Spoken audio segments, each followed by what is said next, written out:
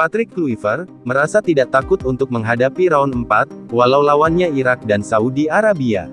Ia merasa memiliki modal yang cukup, apalagi untuk melawan Saudi Arabia, karena timnas Indonesia pernah mengalahkan mereka di GBK, dan menahan imbang di kandangnya. Patrick Kluivert tidak gentar, tidak cemas dan yakin bisa bawa timnas lolos Piala Dunia. Memang, benar Kluivert tidak gentar dan yakin penuh percaya diri, tapi kami sebagai supporter timnas yang kini merasa cemas. Ingat kawan, Arab bisa timnas kita tumbangkan, itu di era Sintayong, bukan era Kluivert. Patrick Kluivert semenjak melatih timnas, hasilnya strateginya adalah, timnas harus jebol 11 gol, dan hanya dapat membobol dengan 3 gol, dalam 4 pertandingan. Itu juga menggantungkan ketajaman seorang Ole Romeni. Akan tetapi sang predator Ole Romeni saat ini, sedang cedera akibat jadi tumbal turnamen Piala Presiden, dan kemungkinannya ia akan absen menjelang pertandingan round 4 nanti.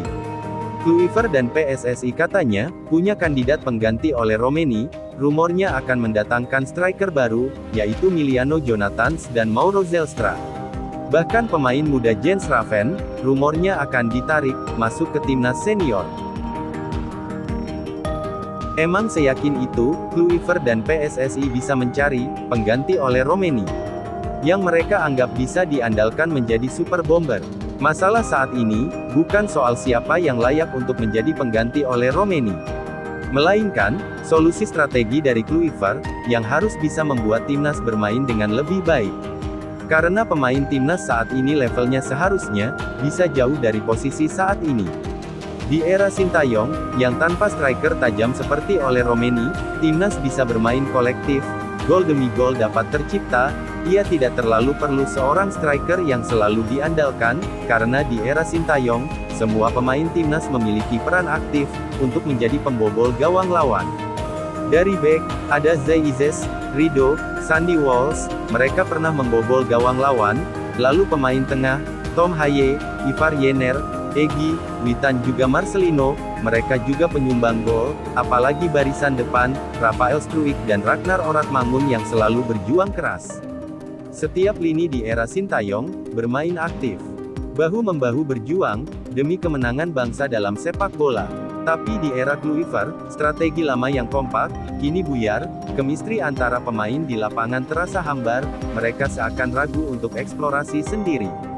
Keresahan ini, bukan masalah pro pelatih yang mana, tapi rekam jejak di sini yang bicara. Bahkan Andre Rosiade, menyebut Kluivert itu seperti pelatih Tarkam, di mana ia ada di Indonesia, sekedar akan ada pertandingan saja, padahal tugas pelatih timnas itu, lebih harus mengembangkan sepak bola Indonesia. Dan anehnya juga, para pundit-pundit, di media sosial, yang di era Sintayong, selalu keras menghujatnya, kini mereka diam saja, malah berargumen, jika Kluivert butuh waktu.